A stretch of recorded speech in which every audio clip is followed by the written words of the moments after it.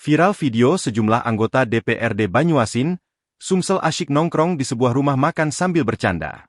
Dari informasi beredar, disebutkan bahwa para anggota dewan ini sedang melakukan perjalanan dinas ke Yogyakarta meski saat ini sedang dalam masa efisiensi anggaran yang sudah ditetapkan Presiden Prabowo Subianto.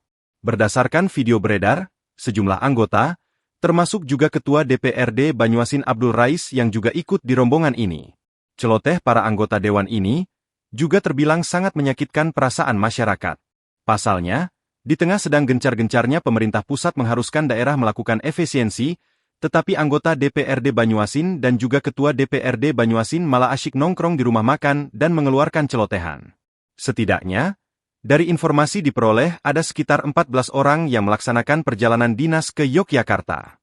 Di dalam video yang beredar, terdengar ucapan terima kasih kepada Ketua DPRD Banyuasin Abdul Rais terkait anggaran perjalanan dinas anggota DPRD Banyuasin yang tidak dipemotongan atau terkena efisiensi anggaran.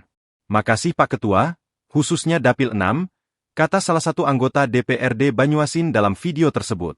Di sisi lain Ketua DPRD Banyuasin juga sempat melontarkan yang ditujukan kepada Sekwan Banyuasin. Sekwan jangan lupa rembes, kata Abdul Rais singkat.